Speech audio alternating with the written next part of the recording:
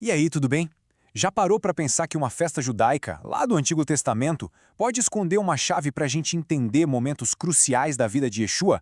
Pois é, hoje a gente vai mergulhar nessa conexão surpreendente entre a história da rainha Esther, a festa de Purim e os ciclos ocultos de Deus que aparecem lá no Novo Testamento. Se prepara, porque o que a gente está prestes a descobrir aqui é fascinante. A grande pergunta que vai guiar nossa conversa é essa. Será que Yeshua celebrou o Purim? Parece uma pergunta simples, né? Mas a resposta, que talvez esteja escondida bem debaixo do nosso nariz, lá no Evangelho de João, revela um padrão divino que é simplesmente incrível. Então vamos lá. Nossa primeira pista nos leva direto para o Novo Testamento. Lá no capítulo 5 do Evangelho de João, a gente encontra a descrição de um banquete. Um banquete bem misterioso.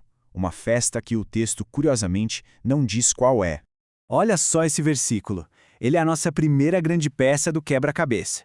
João fala que tinha uma festa dos judeus, mas ele não dá o nome. Por que será? Por que essa omissão?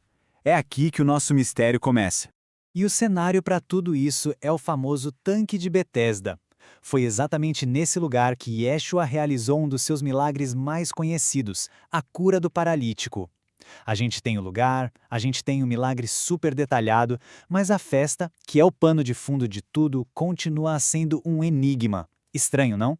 Para a gente começar a entender que festa poderia ser essa, a gente precisa voltar um pouco no tempo, lá para o Antigo Testamento.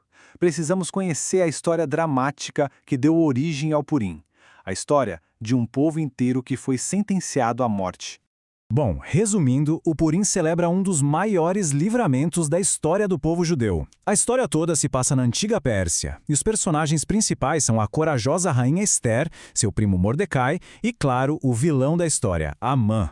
O tema central é esse, a reversão de um decreto de morte, de extermínio total. E só para a gente ter uma noção do tamanho da encrenca, esse é o valor que Ramã ofereceu para bancar o genocídio do povo judeu. Trazendo para nossa moeda hoje, seriam 720 milhões de reais. Não era só um plano maligno, era um plano com financiamento gigantesco, movido por um ódio absurdo. E aqui a gente chega num detalhe que é a chave de tudo. Em todo o livro de Esther, o nome de Deus não é citado, nenhuma vez. Mas ele está lá, agindo, soberano, por trás das cortinas. Essa ideia de um Deus que atua de forma oculta, em silêncio, é fundamental. Guarda bem essa informação. Isso nos leva a um conceito incrível, o calendário profético de Deus. A ideia de que os eventos na Bíblia não são aleatórios, sabe? Mas que eles se desenrolam em ciclos, em tempos que o próprio Deus estabeleceu, revelando padrões que estavam ocultos. Esse aqui é o calendário bíblico, que segundo as Escrituras foi instituído pelo próprio Deus. Pensa nele não só como um jeito de contar os dias, mas como um mapa dos tempos proféticos de Deus. É através dele que a gente se alinha com o reino, e é olhando para ele que os padrões começam a aparecer.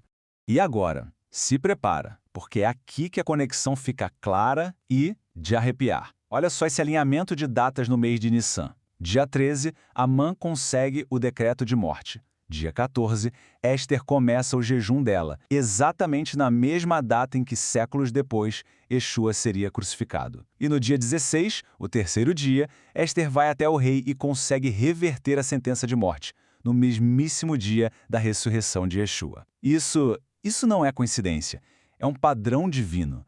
Com esse alinhamento profético todo na nossa mente, a gente agora consegue traçar paralelos diretos entre a missão da rainha Esther e a missão de Yeshua. A gente consegue finalmente desvendar as conexões profundas entre essas duas histórias de salvação. Esse quadro aqui resume tudo de forma brilhante. Pensa comigo. Esther arriscou a própria vida para salvar o seu povo.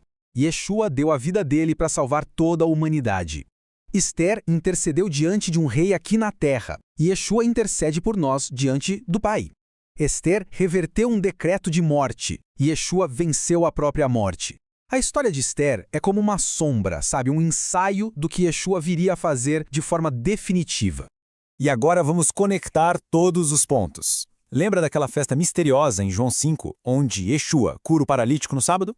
Pois é, pesquisas históricas de gente como Lambert Toffin foram analisar os calendários daquela época e chegaram numa conclusão impressionante. A única festa judaica que caiu num sábado durante os anos do ministério de Yeshua foi o Purim. E para fechar com chave de ouro, olha isso. O nome Esther em hebraico vem da raiz seter, que significa esconder, ocultar. É perfeito. Do mesmo jeito que a presença de Deus está oculta, mas agindo, no livro de Éster, o nome da festa, Purim, também parece estar intencionalmente oculto no Evangelho de João, nos convidando a procurar e a descobrir. Ok. Depois de ver todas essas conexões, a pergunta que fica é, tá, e daí? O que tudo isso significa pra gente hoje? Qual é a mensagem do Purim que atravessa os séculos e por que essa história que estava meio oculta é tão importante? As lições são muito profundas. Primeiro, a soberania de Deus está sempre agindo, mesmo quando parece que ele está em silêncio. Segundo, a coragem de uma única pessoa pode sim mudar o curso da história. Terceiro, sentenças de morte, de derrota, podem ser totalmente transformadas em vida e celebração. E por último, a confirmação de que Deus trabalha em padrões, em ciclos proféticos que ele mesmo criou, só esperando que a gente os descubra. E essa análise toda nos deixa com este pensamento poderoso de Provérbios. A história da festa oculta de Purim e sua ligação com Yeshua nos lembra que existem tesouros escondidos nas Escrituras. A glória de Deus está em ocultar essas coisas, e a nossa glória, como filhos do Rei, está em buscar, em investigar e em descobrir esses padrões maravilhosos da sua redenção ao longo de toda a história.